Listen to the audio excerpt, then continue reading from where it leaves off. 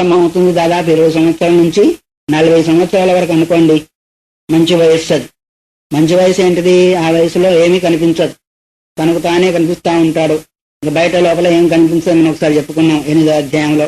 అలాంటి యువకుడై ఉండి, సుందర, మంచి అందగాడై ఉండి ఎనే లెక్కబెడుతుండండి. శూర అంటే ఎదురులేని శూరత్వం, శత్రువులు లేని శూరత్వం కలిగి ఉండి, నీరోగ రోగం లేకుండా ఉండి, బలవాన్ బలవంతుడై ఉండి, సప్తద్వీపం వసుమతి భుంక్తే 7 సముద్రాలతో కూడుకున్న భూమండలాన్ని అనుభవిస్తున్నాడనుకోండి. ఈ భూలోకంలో అంతకంటే ఇంకా భోగం ఏదైనా ఉందా? యువకుడై ఉండాలి, అందం కలిగిన వాడై ఉండాలి, శూరుడై ఉండాలా, ఆరోగ్యవంతుడై ఉండాలా, బలవంతుడై ఉండాలా, సప్తద్వీపాలతో కూడుకున్న భోగం కలిగిన వాడు ఉంటే అది ఎట్లాగా? నిష్కంటకం యది అంటే శత్రురహితమైన భోగం కాదు. మన శత్రువులు అంటే మళ్ళీ భయమే వాడు. శత్రురహితమైన భోగం అనుభవిస్తే దీన్ని ఏమన్నారు? సప్రోక్తో మానుషానంద అన్నారు. ఇది మానవ లోకంలోని మానవులకు సంబంధించిన ఆనందము. ఇంకా దానికంటే ఆనందం మించింది ఈ మానవ లోకంలో ఇంకొకటి ఉండబోదు. అది చివరి ఆనందం. మన ఆనందం దానికంటే ఓరికంటే ఓరెక్కువ. 10,000 జీతగాడి కంటే 20,000, 20,000 కంటే 1,00,000 ఇట్లా ఉన్నది, హెచ్చు తగ్గులు ఉంటాయి. కానీ సప్తద్వీపాలతో కూడుకున్న నిష్కంటకమైన రాజ్య భోగం కంటే మించిన భోగం ఈ మానవ లోకంలో ఇంకొకటి ఉండదు. ఇది మానుషానందం అన్నారు. ఒక మానవుడు ఆనందించే అనుబంధం. తస్మాచ్చదగుణో మతః మనుష్యస్తపసా యుక్తో గంధర్వో జాయతే. దాంతో 100 గుణాలు రెట్టింపుతో కూడుకున్న ఆనందము తపస్సు చేత గంధర్వుడుగా పుడతాడు. అంటే 100 రెట్లు ఆనందం. అసలు ఈ ఆనందం దొరికేదే కష్టము ఈ లోకంలో. కానీ తపస్సు చేత మాత్రం దానికంటే 100 గుణాలు ఎక్కువ కలిగిన 100 రెట్లు, గుణా అంటే తెలియదేమో, 100 రెట్లు ఎక్కువ కలిగిన ఆనందము దేంతో తపసా జాయతే గంధర్వ. తపస్సు చేత గంధర్వుడై లేదా గంధర్వ శరీరాన్ని పుట్టి అక్కడ ఆ భోగాన్ని అనుభవిస్తాడు. ఇప్పుడు మనకు మరి యజ్ఞాది కర్మలు చేయలేదే, పూజలు చేయలేదే, వగైరా వగైరా చేయలేదే అని దుఃఖము రాగలుగుతుందా? తపస్సు అంటే అర్థమేమి? మీ గురుదేవుడు మీకు ఇచ్చిన మంత్రాన్ని త్రికరణ శుద్ధిగా నిశ్చల భక్తితో శ్రద్ధతో మనం అనుష్ఠానం చేసినట్టయితే అదే తపస్సు. శంకరానంద గీతలో ఒక మాట చెప్పారు, ఇంద్రియాలను మనస్సు ఏకీకరణ చేయడం ఏదైతే ఉందో అదే నిజమైన తపస్సు అన్నారు. దీనిలో ఏమైనా డబ్బు ఖర్చు అవుతుందా? ఏమైనా దాన ధర్మాలు కావాలా? కానీ అదే కష్టం మనకి. ఎందుకంటే మన బొమ్మ చెప్తే వినదు, పోతానంటుంది ఎక్కడికో ఒక దగ్గరికి. కాబట్టి ఆ తపస్సు నిశ్చలమై నిర్మలమై ఉంటే ఇవ గంధర్వుడుగా పుడతాడు. ఆ గంధర్వుడి యొక్క ఆనందం ఎంత చెప్పండి? మనుష్యానందానికంటే 100 గుణాలు 100 రెట్లు ఎక్కువ కదా. తస్మాచ్చదగనో దేవగంధర్వస్య మానవ గంధర్వుడు అతను. ఆ గంధర్వుని కంటే కూడా 100 రెట్లు ఎక్కువ ఏదైతే ఉందో దేవగంధర్వులు. మానవ గంధర్వులు వేరు, దేవగంధర్వులు వేరు. కాబట్టి మనుష్యానందానికంటే 100 రెట్లేమో మానవ గంధర్వులు, మానవ గంధర్వుల కంటే 100 రెట్లు ఎక్కువేమో దేవగంధర్వులు. అప్పుడు ఎట్లా మానవ లోకానికంటే దేవగంధర్వ లోకానికి ఎన్ని రెట్లు ఎక్కువైంది? 10,000. 10,000 100 ఎంత అవుతుంది? 1,00,000. 100 1,00,000 కదా, 10,000 కాదులే. 1,00,000 గుణ ఆనందం ఎక్కువైపోయింది దేవగంధర్వుడై ఉంటే. ఏం శతగుణానందం, ఒక్కొక్కటి 100 రెట్లు ఆనందాన్ని పెంచుకుంటూ పోవాలి. ఉత్తరోత్తరతో భవేతు పితృనాం చిరలోకానాం. పితృలోకంలో ఉన్న ఆనందము దేవగంధర్వ లోకంలో ఆనందానికంటే 100 రెట్లు. తర్వాత ఆజాన దేవతలు ఉంటారు, వాళ్ళకంటే కూడా 100 రెట్లు ఎక్కువ. దేవతలకు వాళ్ళకంటే 100 రెట్లు ఎక్కువ. అంతకంటే 100 రెట్లు ఇంద్రస్య గురోహో. ఇంద్రుడు గురువు ఎవరు? బృహస్పతి. ఆయన ఆనందము దానికంటే కూడా ప్రజాపతి అంటే బ్రహ్మదేవుని యొక్క ఆనందము. బ్రహ్మణశ్చైవానంద పురస్తాదుత్తరోత్తర జ్ఞానాధిక్యాత్ సుఖాధిక్యం.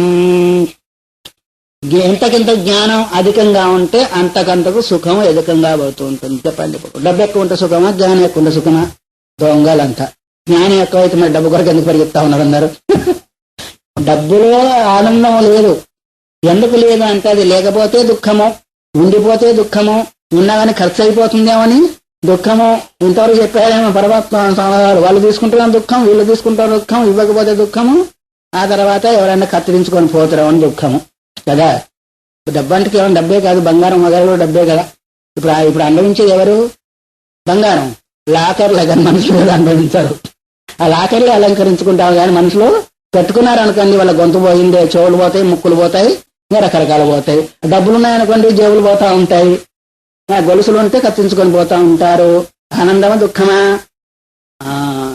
ఒకరంట తపస్సు చేశాడంట, ఓ గుడ్డివాడు పాపం, 2 కన్ను మొత్తానికి ఎట్లాగో శివుడు ప్రత్యక్షమై కోలబ్బా అనుకున్నాడు. వాడు కళ్ళు ఏమంటే ఒక కళ్ళు వస్తే మిగతాదంతా ఏం కావాలా? వాడు డబ్బు ఏమంటాడా? ఇల్లు లేదు, పోనీ భార్య రావాలా, మరి కళ్ళు రావాలా, ఎట్లా కొడుకోవాలనుకున్నాడు. మొత్తానికి వాళ్ళ గుడ్డి వాళ్ళకి ఎక్కువ జ్ఞానం ఉంటుంది, ఎందుకంటే నేత్రం ద్వారా వాళ్ళకి శక్తి పోదు కదా. బంగారు గొడుగు పట్టుకొని నిల్చున్న కొడుకుని చూడాలా అన్నాడు వాడు. బంగారు గొడుగు పట్టుకొని నిల్చున్న కొడుకుని చూడాలంటే కళ్ళు రావాలా? బంగారు గొడుగు పట్టుకోవాలంటే దరిద్రం పోవాలా? కొడుకు రావాలంటే భార్య రావాలా? ఇంక తక్కువ ఏమని చెప్పండి? తక్కువ ఏమైనా ఉందా? కళ్ళు వచ్చినాయి, దరిద్రం పోయింది, భార్య వచ్చింది, కొడుకు వచ్చాడు, చూపు వచ్చేసి. అదో ఆనందం అంటే ఇక తపస్సు. మరి అది ఎంతవరకు ఉంటుంది? వినియోగం చేసుకోగలుగుతామా? చేసుకోవడం కూడా కష్టం, ఎందుకంటే మళ్ళీ పోతుందేమో భయము, మళ్ళీ దాని ద్వారా అనర్థం కూడా పెరుగుతుంది. అన్నారు ఇది పోయేది, కానీ జ్ఞానం ద్వారా కలిగిన ఆనందం ఏదైతే ఉందో అది పోయేది కాదు. అందువల్ల జ్ఞాన బ్రహ్మణశ్చైవానంద పురస్తాదుత్తరోత్తరత, బ్రహ్మానందము వరకు ఏదైతే ఉందో, ఎక్కడి నుంచి? మానవానందం దగ్గర నుంచి బ్రహ్మానందం. అంటే బ్రహ్మ అంటే సృష్టికర్త అయిన బ్రహ్మ, ఈ బ్రహ్మ కాదు. అక్కడి వరకు ఒక్కొక్కటి 100 రెట్లు అధికంగా ఉంటుంది. ఆ తర్వాత శ్రోత్రియో వృజనో అకామహతో యశ్చతిజో భవేత్. ఇంతవరకు ఆనందాన్ని వహించిన వాళ్ళు ఎవరు? కామహతులంటే కోరికల చేత చంపబడిన వారంటే కోరికలకు దాసులైన వారు. కానీ శ్రోత్రియుడు అంటే అర్థం శ్రోత్రం ఛంద తదీతి శ్రోత్రియ.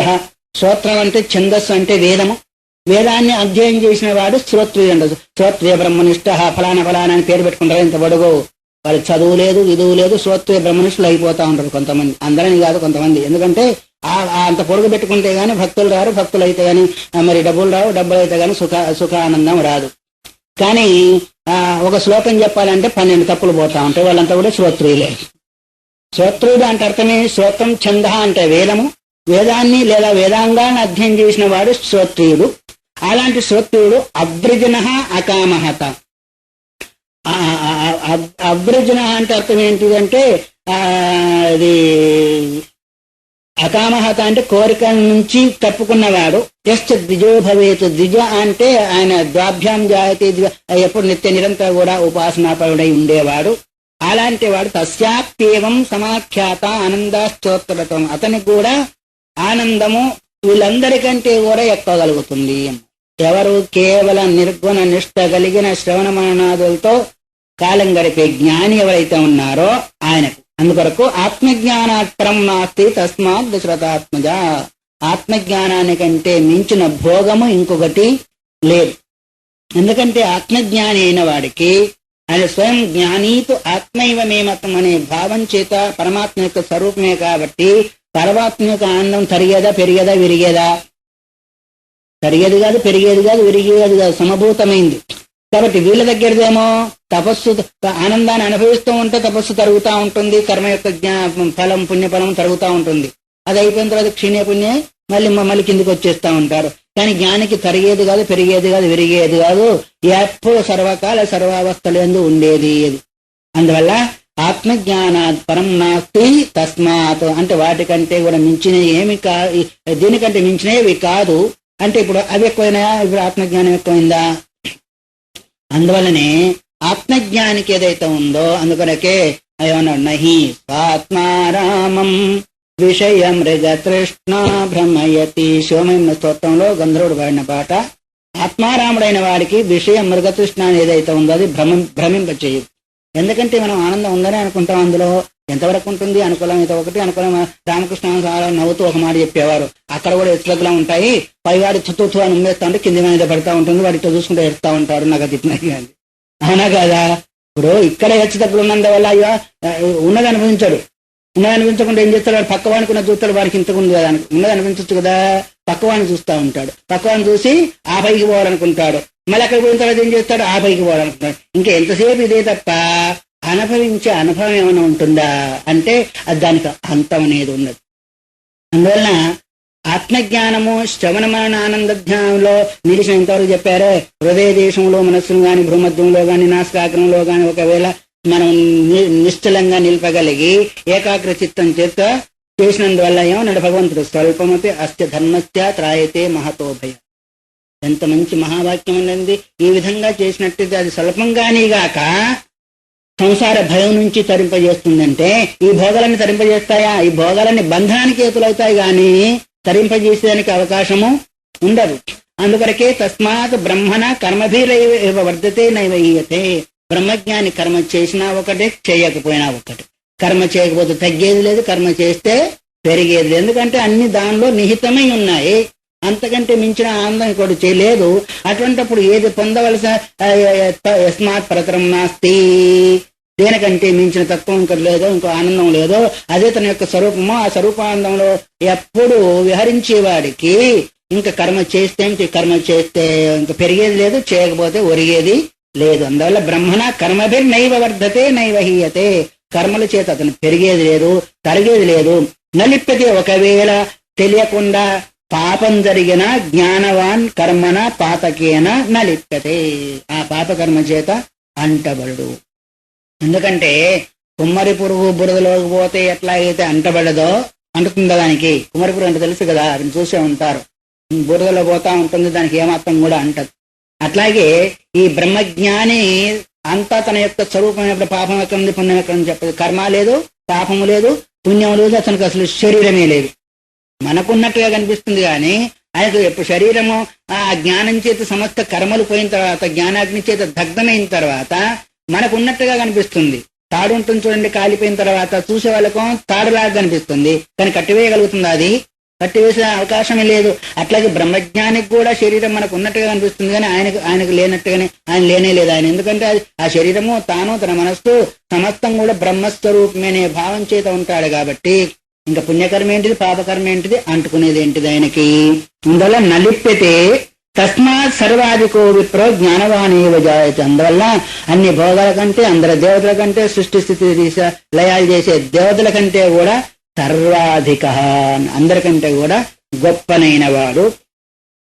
జ్ఞాత్వా యత్కురతే కర్మ తస్యాక్షయ ఫలం భవేత్.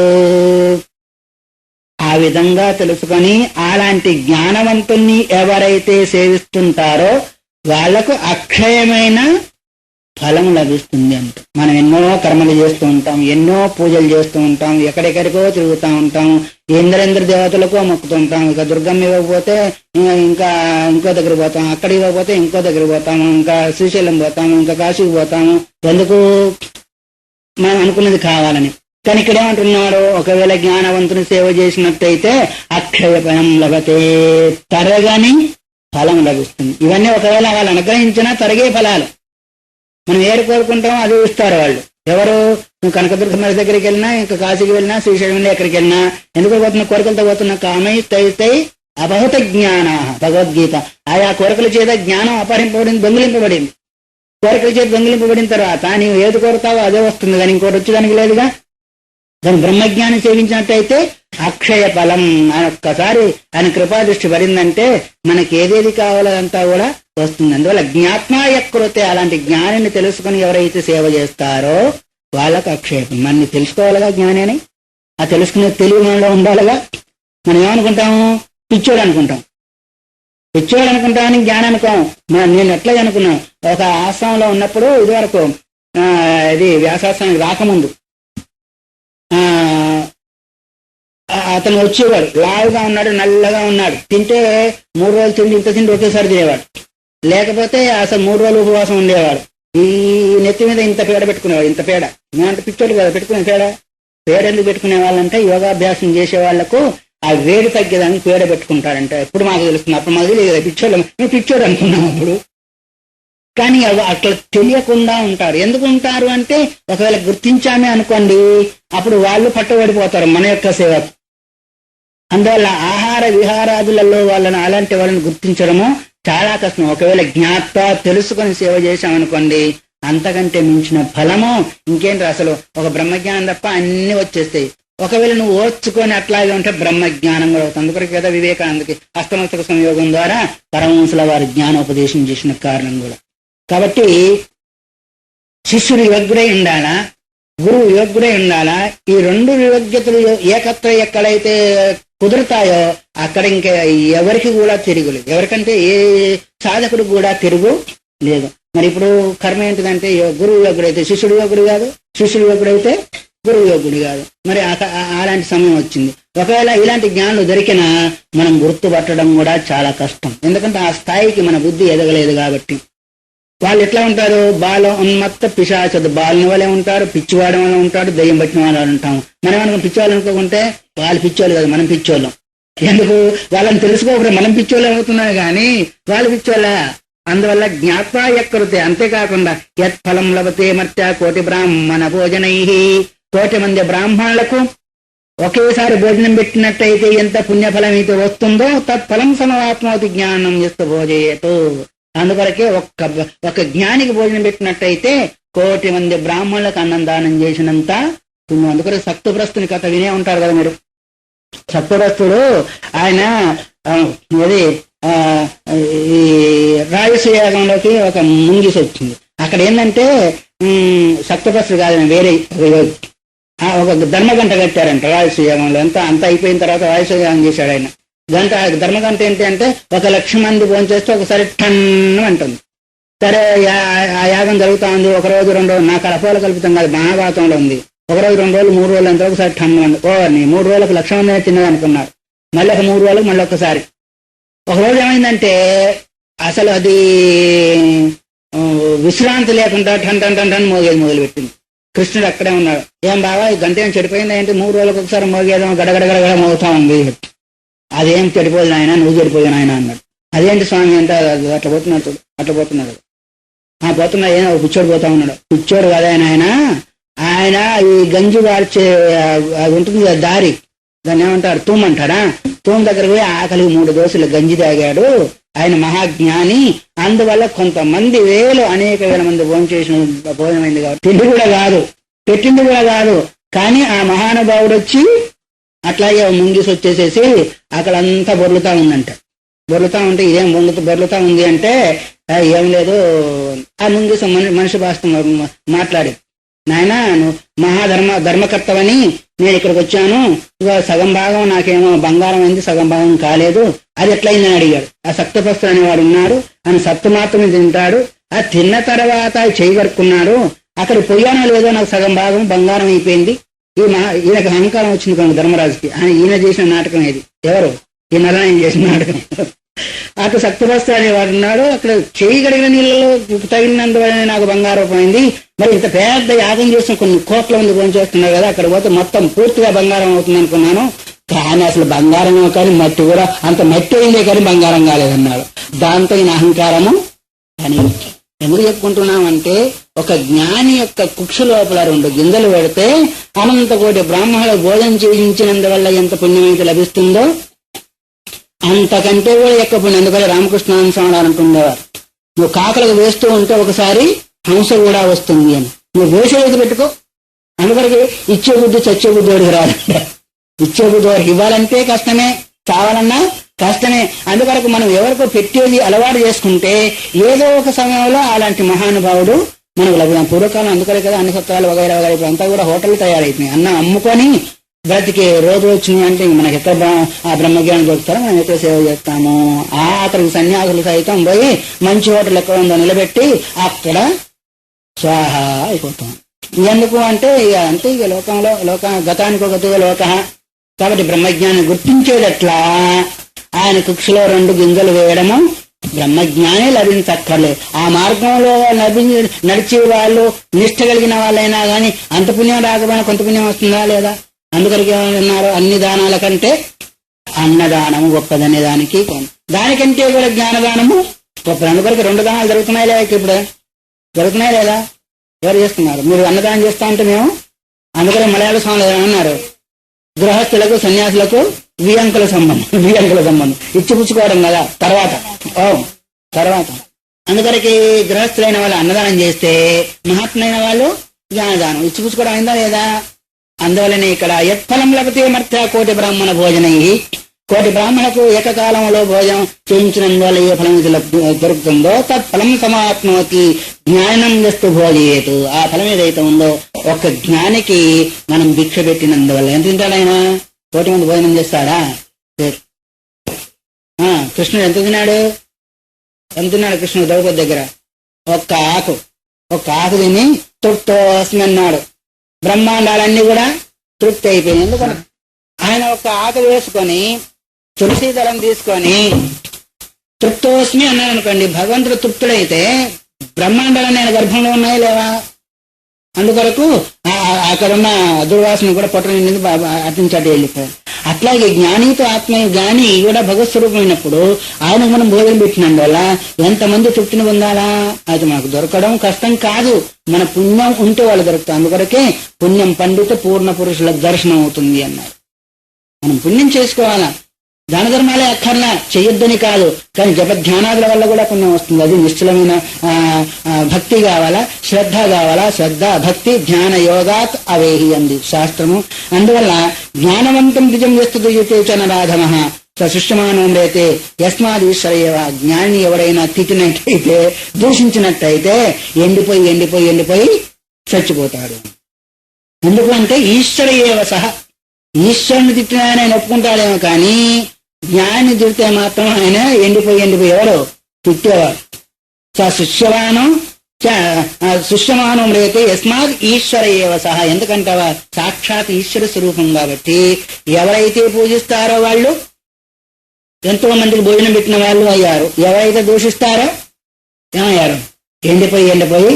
అందుకొరకే ఉత్తర దేశంలో ఏం చేస్తారు అంటే, వాళ్ళు ఎట్టుంటే మనకు అనవసరం, ఈ గుడ్డను చూసి వాళ్ళని పూజ చేస్తూ ఉంటాం. మనం తిట్టకుండా వీళ్ళని సన్యాసులు వాళ్ళు తిట్టొద్దని కాదు, అసలు తిట్టకు, నువ్వు పూజించగలిగితే పూజించలేదు, దూరం ఉన్న. అంతేకాని మనం మాట అన్నావా, ఏదో అంటారే చేసిన వాళ్ళ పాపము ఆడిన వాళ్ళ నోట్లో అన్నారు. వాళ్ళ పాపం చేసి సంపాదిస్తే మనం అని సంపాదించుకోకర్లేదు. అందుకొరకే మనకు భావన కలిగిందా సేవించండి, మనకు మనసు రాలేదనుకున్న దూరం ఉండి. కానీ వీళ్ళని సాధువులు వీళ్ళని సన్యాసులు వగేరా అన్నావా, శిష్యమా ఏ పుట్టలో ఏ శిష్యం మనకేం తెలుసు? మీకు తెలిసిన వాళ్ళైతే సరే, ఇంకోరు ఉన్నారనుకోండి, వాళ్ళ యొక్క స్థితిగతులు మనకు తెలియదు, మనం తెలుసుకోలేం కూడా, ఆ స్థాయికి లేం. అందుకొరకే సేవ చేయగలిగితే చేయడం మంచిదే, చేయలేనప్పుడు ఇది తటస్థంగా ఉండడం మేలు. గాని ఒక మాట అన్నామంటే మనం ఎక్కడికి పోవాలో అక్కడికి పోతా ఉంటాం. ఎక్కడికి పోవాలా? పెద్ద పాము మింగితే ఎక్కడికి పోతారు? ఏం పటం అది? ఏం పటం? వైకుంఠ సోపాన పటం అంట. పెద్ద పాము మింగితేనేమో కిందికి, పెద్ద నిచ్చెన ఎక్కుతేనేమో పైకి. నిచ్చెన ఎక్కుతారో పాము మింగుతుంది, అది మీ ఇష్టం. ఇంకా అందువల్ల జ్ఞాని దొరకడం మనకు కష్టమైనప్పటికీ మన యొక్క పుణ్యం పండినట్టయితే ఆ రూపంగా మన దగ్గరికి వస్తారు, సేవ చేయవచ్చు. కానీ మనం పూజించకపోయినా వాళ్ళని తిరస్కారం చేయడం, అవమానం చేయడం ఏదైతే ఉందో మనకే నష్టం, కానీ వాళ్ళకి నష్టం ఏమీ లేదు. అందుకొరకు పూజించే వాళ్ళు పుణ్యం తీసుకుని ముందు వస్తుంది. పూజించే వాళ్ళు పుణ్యం తీసుకుంటారంట, దూషించే వాళ్ళు పాపం తీసుకుంటారు. ఆయనకు మిగిలేదేంటిది? పుణ్యం కొంతమంది తీసుకున్నారు, పాపం కొంతమంది తీసుకున్నారు. మలయాళ స్వామి దగ్గరికి పోయి ఒక ఆయన స్వామివారితో అన్నారంట, స్వామి ఫలానా వాళ్ళు మిమ్మల్ని తిడుతున్నారు స్వామి అన్నారంట. కోపం చేసుకోవాలా వద్దా? అట్లా కూడా కొంతమంది ఉండాలిరా అన్నారంటారు. ఎందుకయ్యా అంటే పూజ చేసి పాద పూజలు చేసి కనకాభిషేకాలు చేసి వస్తుదాన్ని చూసి అన్నదాన్ని చూసి వీళ్ళు పుణ్యం తీసుకుంటున్నారు. తిట్టి వాళ్ళు ఉంటే కదా మనకు కొంచెం ఏదన్నా దోషం ఉంటే పోతుంది. వాళ్ళు తిట్టేవాళ్ళు కాదురా, ఇప్పుడు ఏంటి వాళ్ళని శుభ్రం చేస్తున్నారు, కొంచెం ఏమైనా ఉన్నా వాళ్ళు శుభ్రం చేస్తున్నారు. తోటి కదా శుభ్రం అయ్యేది, అది వాళ్ళు తిట్టారు, పాపం తీసుకుంటారు గోవిందమ్మ. అందువల్ల మనకు భావన వచ్చిందా ఆదరించండి, చేయండి, అన్నం పెట్టండి. భావన లేకపోతే తటస్థంగా ఉండడం మేలు. కానీ ఇట్లా అన్నామా అట్లా వస్తుంది మనకు, అంతే. ఏంటిది? వాళ్ళ దోషము ఉంటే ఉపాసకోనయాత్యస్మాత్ పునరధోగతిం ఉపాసనతో భూత్వా తస్మాదాస్వసుఖీ భవ.